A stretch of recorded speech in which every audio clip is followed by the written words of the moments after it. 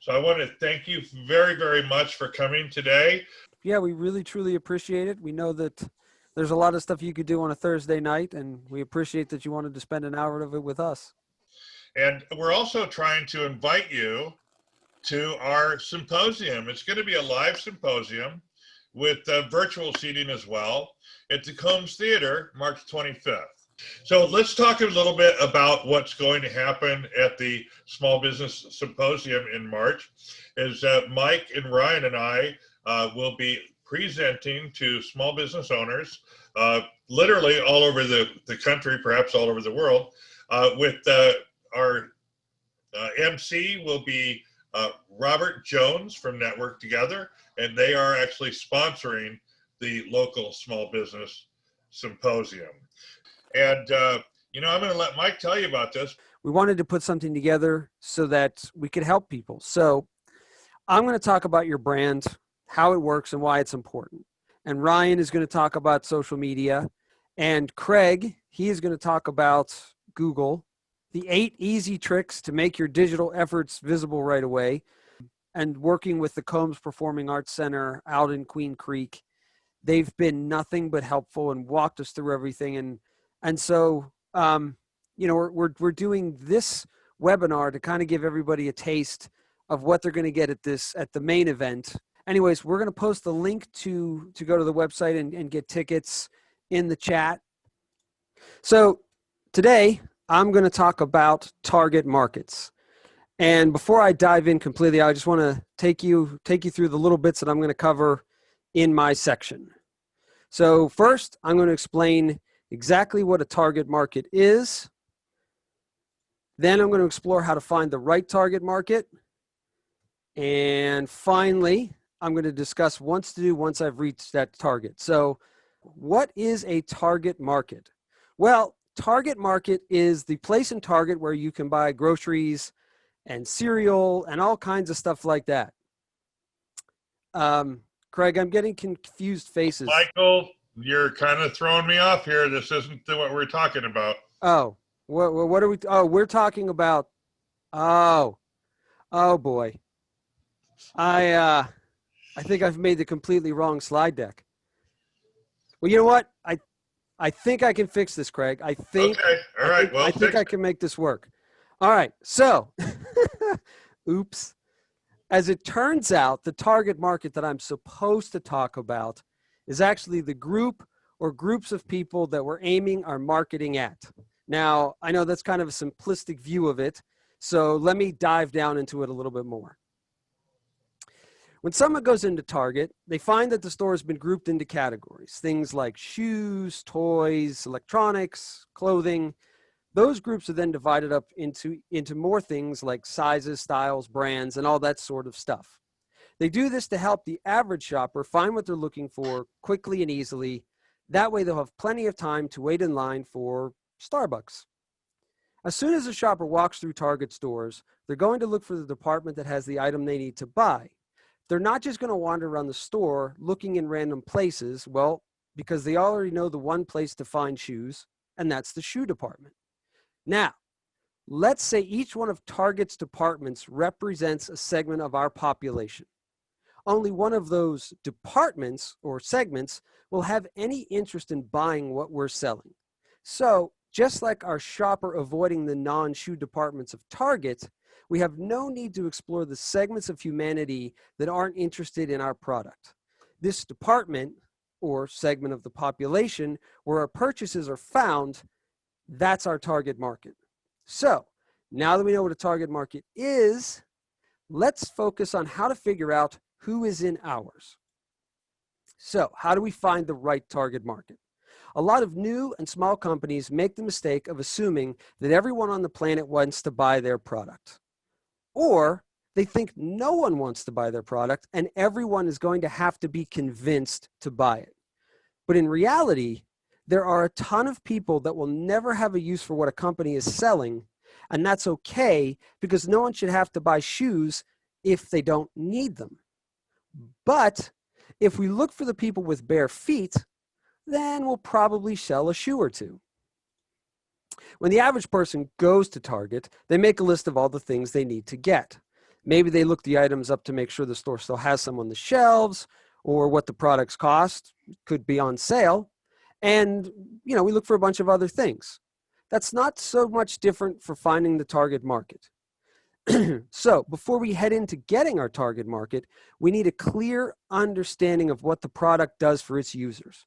Beyond just the basics of it slices, it dices, it juliennes, and we're going to break that down into simple itemized lists. So let's flip back to the store metaphor. Once the customer has created their shopping list, then they'll look to see if the target closest to them has those items. If not, they're going to find another target. Well, guess what? That's how it's going to work for our target market too. We're going to look at various types of people and decide which groups would need the things that are in our itemized list. Once we've figured out which groups of people would need our product the most, then we begin to study them. We want to know everything about them: age, gender, attitude, politics, eye color. Do they use an iPhone, an Android, or are they still on the jitterbug? Anything else that's relevant to how our product functions. These are the experiences we want our customer to have. And these experiences, well, they're very important, and let me tell you why. Once we know what our ideal customer looks like, we begin to create experiences that they're interested in. Just little things at first, kind of like a free sample. Now, I'm aware that free samples are a Costco thing, but just work with me here. We're going to use these experiences to help build brand awareness for the people who are in our target market. Just like the posters, kiosks, and displays that the target shoppers see while they're shopping that suggest to people that, hey, maybe you should stop by the electronics department before you go. I heard there's a new Xbox. If someone doesn't care about the Xbox, they'll ignore the sign. But if they like the Xbox, then that sign turns them into a drooling, frothing mess of their former self. So, by building brand awareness, we're increasing the odds that our target market will hear about what we're selling. Remember, they're already looking to buy a product like ours. We don't need to convince them to do it. We simply need to be the most obvious option. And here's how that works. Let's say a customer goes into Target to buy shoes. First, they're not buying them at random. They're buying them because, let's say, their old ones are falling apart.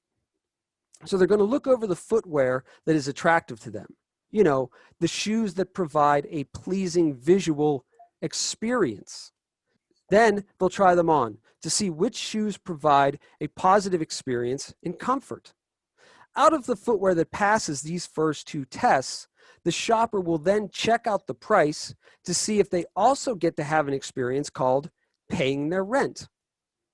If the shopper will make a purchase based on which shoe offers the best of these experiences, the more positive experiences that we create around our product, the higher the odds of being chosen.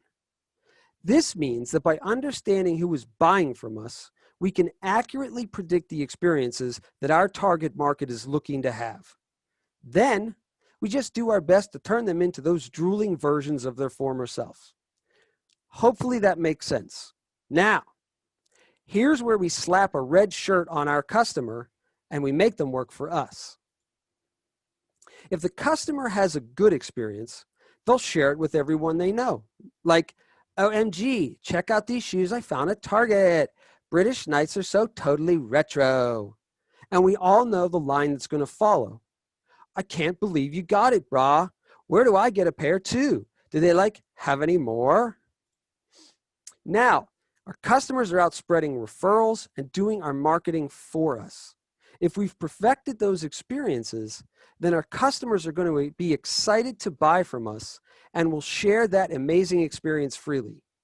They'll also share it if it's bad too, but let's try to avoid that. Now, you're not limited to one target.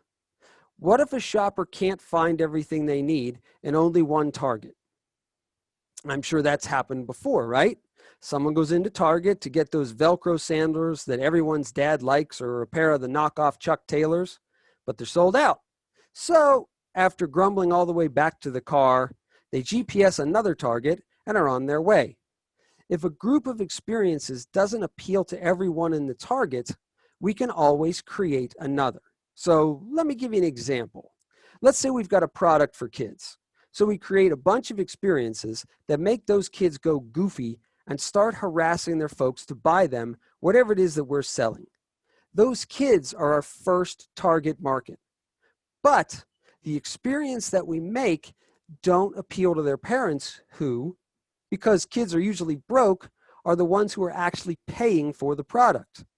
The parents are a separate target market, and so we'll make a second set of completely different experiences based around convincing them that this is a worthwhile purchase. Now, enter the grandparents. They love to spoil their grandbabies, and so now we have a third target market with another set of completely different experiences that let grandma and grandpa know that if they buy this, they'll be the coolest ever, way cooler than the other grandparents. Because the interests of each target market are so vastly different, we're going to break down our product or service the same way I described before for each of our separate targets. We're going to figure out what they like and what they need, and we're going to use that to create enjoyable and memorable experiences. So now we need a plan. When a shopper goes into Target to buy something, the most frustrating thing is not knowing where to start looking for that item. So they have to wander the aisles looking for something that's who knows where. And they've been over the store 100 times. Good golly, it's the worst. Sure, they could ask someone, but screw that. We can figure this out ourselves. Finally, after 6 more trips around the store, they give in and ask someone. But the person they asked is actually just a customer in a red shirt, not an employee. Now that shopper's done. They can't take anymore. They head for the exit and walk right past the shelf where, the thing they've been looking for has been sitting the whole time. So, to avoid all of that, they make a shopping list and then create a pathway to get in and out as quickly as possible. We're not just going to wander through society hoping to stumble upon our target. If we don't have a focused mission for when we go to Target, for our target market, then we're going to get distracted by other things instead of focusing aggressively on what we want. Now, when I say aggressive, I don't mean the Black Friday knock someone over for a TV type of aggressive. I mean the we're not stopping to look at Legos no matter how cool that Millennium Falcon is type of aggressive. No, we need to draw them into us and be able to recognize them when they show up. That's why we're going to stick with the get in and get out mentality. The experiences that we've created should do their job and bring in buyers if we've properly dissected and understand their needs. And because we've taken the time to learn everything about them, we'll be able to spot them from a mile away. Now, playing around to see which experiences work and who they work for will only waste time. Now, I'm not saying we can't refine those experiences to make them work better. I'm saying we need to know what we want and what our customers want before we even start. That's why we're not going to other stores. If a shopper goes to Walmart or Kmart or the Quickie Mart, that's going to take them away from the things that they're looking for in Target. Maybe they'll find it, maybe they won't, but it'll add extra work, planning, searching, and ultimately disappointment. If we ask questions like, since this experience works with people age 18 to 25 years old, I wonder if it'll work with people who are 55 to 70. Well then, we're basically going to Walmart because we're not looking inside our target. Everything we need is in our target. That's why it's our target. If we want to reach people who are 55 to 70, then we need to analyze if and then how our product could appeal to them.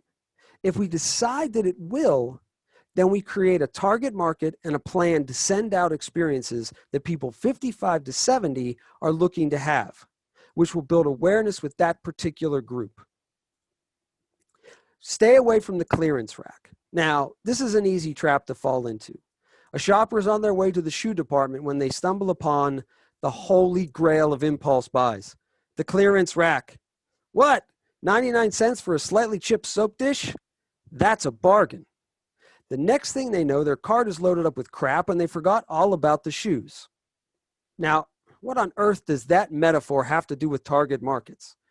Well, it means don't go after sales that aren't in the original plan, which means we're not chasing down possible leads. Yeah, I know what I just said, and I know that it sounds crazy.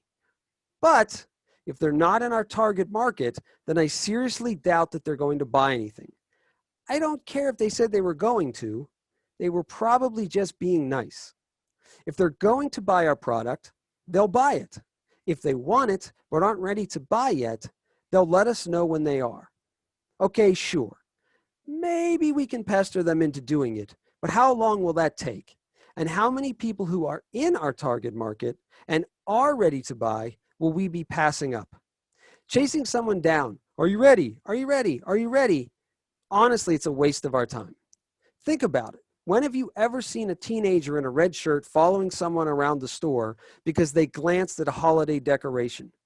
Hey, I saw you were interested in those Halloween lights. Nah, but they're on clearance. Nah, but you can use them as Christmas lights. Nah. So while that employee is trying to convince that ever hesitant shopper, there's a young couple waiting on the other side of the aisle to find out if the store has more lights in the back, because they want to buy them all. But since no one is available to help, they give up and leave. Now the sale is lost. If we create and regularly distribute experiences that our target market enjoys, then any customer who either wasn't ready or was just on the fence will be reminded that we're around, and they will come back eventually. People will wander in and out of our target because their needs are always changing. But if we do things right and set up good experiences, we will stay foremost in their mind until they're ready for us. So now that we know how to set up our target market, how do we get those experiences out there? Well, I'm going to hand that over to Craig of Darling Companies to explain how we do that. All right. My name's Craig Garland, and some of you in the group know me. I thank you very much for showing tonight. And I'll tell you what, when Mike started talking about the target marketing, I was like ready to go buy something from Target. And then I realized that he wasn't talking about Target the store at all, just using the metaphor. So I generally talk to people every day about Google My Business. And if you know me, you've heard me say, Google My Business and Google Tools, the least expensive, most effective way to get your message out on the internet today. So I say that a lot, but you know what? I really, really mean it.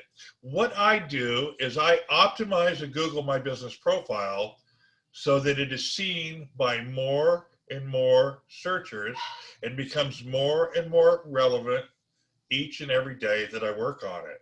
And guess what? I don't have any technical expertise that sets me aside from anybody else. Every person that I've ever talked to is quite capable of doing this, okay?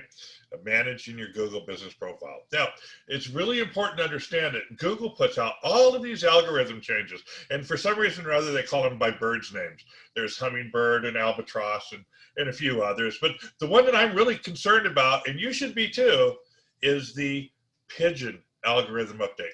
The pigeon algorithm update is a system that captures social media signals, and it captures what they call a blended algorithm. Now you don't have to worry about those because the basics of it is it's going to capture your social media, and it's going to capture your Google My Business profile. So why is that important? Because Google My Business profile is social media. It's social media that contains everything about your website inside search. And that's a benefit because people don't want to search. They don't want to click too many times after they've searched. They want their data right there. You and I are all doing it. We're on our phones.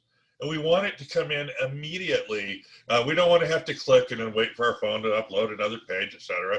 So Google My Business offers a potential solution for those that are searching with mobile devices.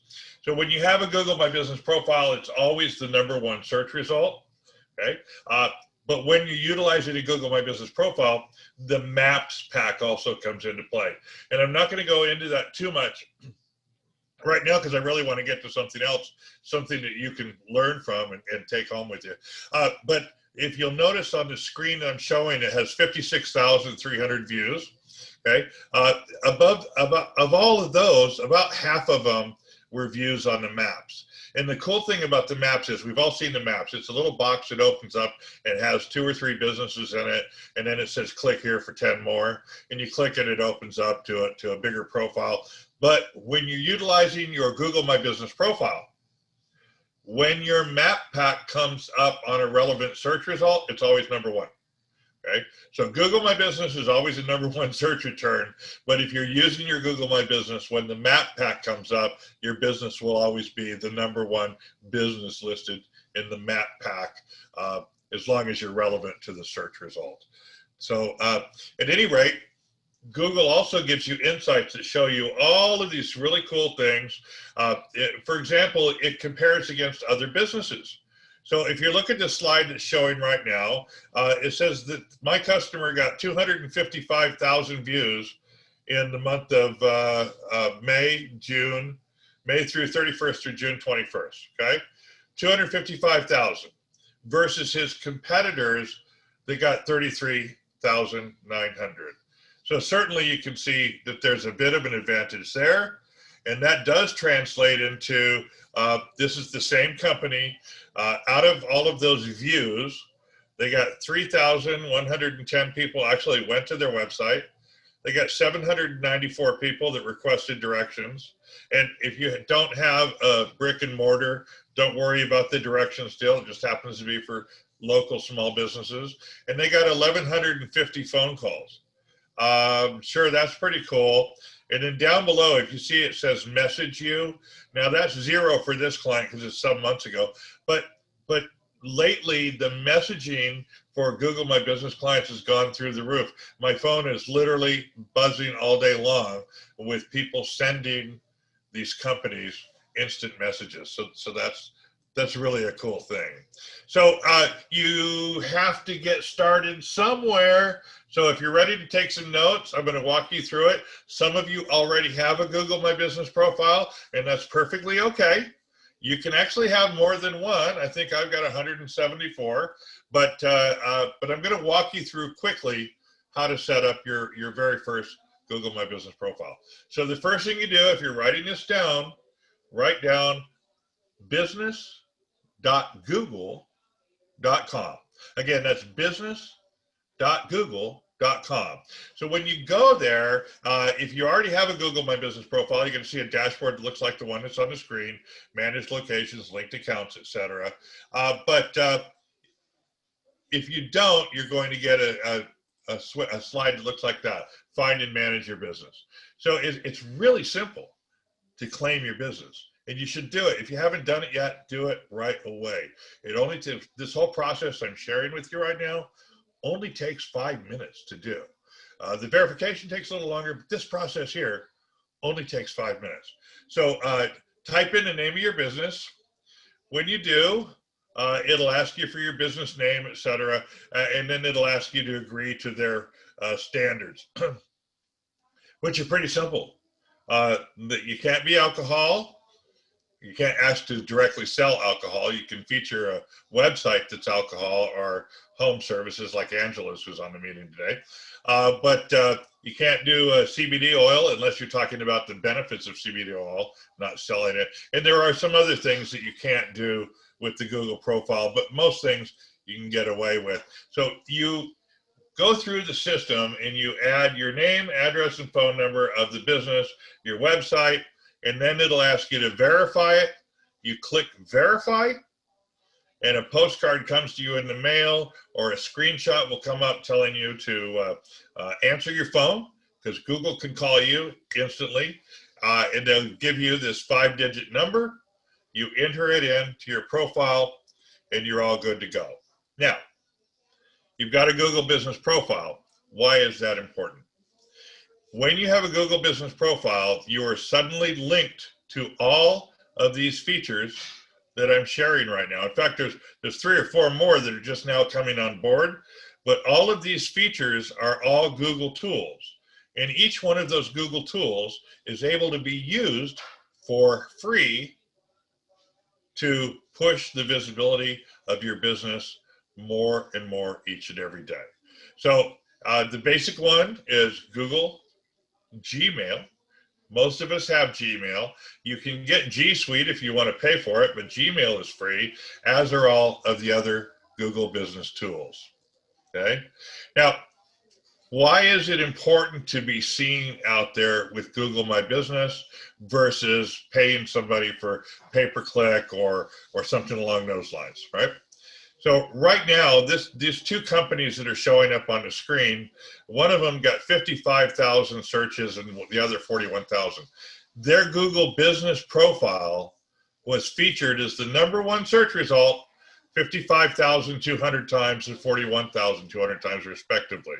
Okay, and so well that's really good. It's really hard to be at the top of Google, #1 position that many times every month if you're going to pay for it.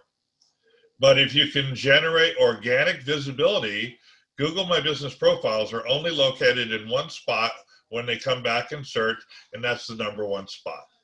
In most cases, they're above ads. Now, on a cell phone, they can be below a couple of ads, depending on the manufacturer of your cell phone and the service provider, because they make money on that stuff too. But generally speaking, the Google My Business profile is always the #1 search result. So you go, well, Craig, I'm looking and it says 55,000 searches, but 247,000 actions. What's that? That's the conversion rate from search to engagement. And some of our clients do get 400% on that engagement. That's just crazy. So what is that activity? That activity, it represents phone calls. It represents trips to the website. It represents clicks on your photographs of your inventory. It's pretty deep, and Google tracks everything. I can tell how many phone calls, how many people come into your store with phones on. The phones are dangerous, by the way. But all of that information is fed directly into your Google business profile. And if you're not using it, you're missing the best ROI out there. Why is it the best ROI? Because you can do it yourself. You don't have to hire somebody like me to manage your Google business profile. So you've created your Google business profile, and it's verified, and you've added your website to it. Now your content can be indexed. And the reason that I'm sharing that is this is something you can do right away. If you have a Google My Business profile, it has an anchor URL. An anchor URL is the website that you put into the Google business profile. So when somebody clicks website, it goes to your website. Mine is darlingcompanies.com or darlingdigital.us. But at any rate, that anchor profile can be used in all of your social media posts. So if you have a LinkedIn and you make a LinkedIn post, put a photograph in there, type what you're going to type, and then put your URL for your website. It'll index to search. Your content will instantly be indexed to Google Images and Google Search. The same thing for Facebook. I'll give you an example. You've done a search before and it says so-and-so or such and such is on Facebook. And you click it and it goes directly to that page on Facebook. Great. But sometimes you click it and it says log into Facebook to enjoy the experience. What is the difference? One of them is indexing to search by the client or yourself. The other is being indexed to search by the parent company, in that case, Facebook. So I hope that's not too confusing, but just remember the simple rule. Use your URL in every single social media post, and you will dramatically expand the visibility of your business in literally a few days. There's no doubt about that. So we're coming to the end. Mike, are there any questions in the chat bar we need to answer? Yeah, we got a question from Sandra. She does not understand how we get these numbers. She understands that activity was engagement from searches, but she still doesn't understand how it helps her or how she gets that info. Okay, so the way you get your info, Sandra, is you need to go to your dashboard, and over on the left-hand side, it says Insights. So you click on your Insights, and it will open up and tell you how many phone calls you are or not you are getting, how many trips to your website. You have a really visible product. I would probably have pictures of each and every one of your knives in your Google business profile, and you'll start getting a lot of views because people will search knives. And where do they want to search knives at? In Google Images, not Google Search. So that could really boost your opportunities for business right away. So take a photograph of all your knives, all different colors of them, and be sure you put your URL in every single post so that it makes your business, which is Cutco, Sandra Fisher Cutco, it'll make your website a little bit more visible. And you really need to do that because Cutco is only optimizing their own site. All right, so we got another question. Okay. It's from Hazley Yeager. It says, where would I add my personal URL to a social media post? Typically, first thing you do is add your media, whether it's a video share or a photograph or what have you, infographic. You need to put that in first, because if you put your URL in first, it's going to populate the post with your website, and that's not what you want to do. So you put your media in, then you write your content, whatever it is that you're writing. Hi, we turned grapes today, or we bottled wine, or whatever it is that you did, and then just take a space and put the URL at the bottom of the post. Okay, it's not really important that people that are reading your post see the URL.